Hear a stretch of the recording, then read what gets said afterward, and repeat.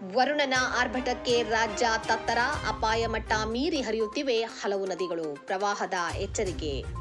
ಕೊಡಗು, ಮಲೆನಾಡು, ಉತ್ತರ ಕರ್ನಾಟಕ, ಕರಾವಳಿ ಸೇರಿದಂತೆ ರಾಜ್ಯಾದ್ಯಂತ ಮುಂಗಾರು ಮಳೆ ಅಬ್ಬರಿಸುತ್ತಿದ್ದು, ನಿರಂತರ ಮಳೆಯಿಂದಾಗಿ ರಾಜ್ಯದ ಹಲವು ನದಿಗಳು, ಜಲಾಶಯಗಳು ಅಪಾಯ ಮಟ್ಟ ಮೀರಿ ಹರಿಯುತ್ತಿವೆ. ಈ ಹಿನ್ನೆಲೆಯಲ್ಲಿ ರಾಜ್ಯದ ಹಲವು ಭಾಗಗಳಲ್ಲಿ ಪ್ರವಾಹದ ಎಚ್ಚರಿಕೆ ನೀಡಲಾಗಿದೆ. ವರುಣನ ಅಬ್ಬರಕ್ಕೆ ಬೆಳಗಾವಿ ಜಿಲ್ಲೆಯ ಹಲವಾರು ಸೇತುವೆಗಳು ಮುಳುಗಡೆಯಾಗಿದ್ದು, ಗದಗ ಜಿಲ್ಲೆಯ ಮಲಪ್ರಭಾ ಜಲಾನಯನ ಪ್ರದೇಶದ ಅನೇಕ ಹಳ್ಳಿಗಳ ಜನರನ್ನ ಸುರಕ್ಷಿತ ಸ್ಥಳಗಳಿಗೆ ಸ್ಥಳಾಂತರಿಸಲಾಗುತ್ತಿದೆ.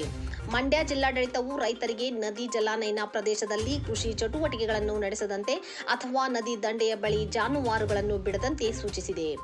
ಬೆಳಗಾವಿ ಜಿಲ್ಲೆಯಲ್ಲಿ ಸೇತುವೆಗಳು ಮತ್ತು ರಸ್ತೆಗಳು ಜಲಾವೃತಗೊಂಡಿದ್ದು, ಹಲವಾರು ಹಳ್ಳಿಗಳಿಗೆ ಸಂಪರ್ಕ ಕಡಿತಗೊಂಡಿದೆ. ಮಹಾರಾಷ್ಟ್ರವು ತನ್ನ ಜಲಾಶಯಗಳಿಂದ ಹೊರಹರಿವು ಹೆಚ್ಚಿಸಿದ್ದರಿಂದ ಕೃಷ್ಣಾ ನದಿಯಲ್ಲಿ ಪ್ರವಾಹ ಪರಿಸ್ಥಿತಿ ಉಂಟಾಗಿ ಚಿಕ್ಕೋಡಿ ತಾಲೂಕು ಅತ್ಯಂತ ಹಾನಿಗೊಳಗಾಗಿದೆ.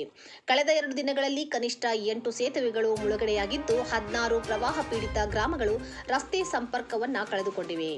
ಕೃಷ್ಣಾ ನದಿಯಲ್ಲಿ 67,000 ಕ್ಯೂಸೆಕ್ ಒಳಹರಿವು ದಾಖಲಾಗಿದ್ದರೆ, ಘಟಪ್ರಭಾ ನದಿಯಲ್ಲಿ 38,000 ಕ್ಯೂಸೆಕ್ ಒಳಹರಿವು ದಾಖಲಾಗಿದೆ.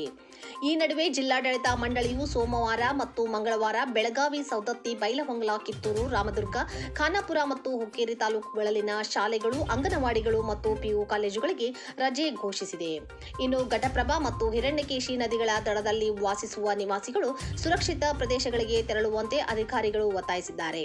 ಅಲ್ಲದೆ ಹುಕ್ಕೇರಿ ತಾಲೂಕಿನಲ್ಲಿ ಹೈ ಅಲರ್ಟ್ ಘೋಷಿಸಲಾಗಿದೆ.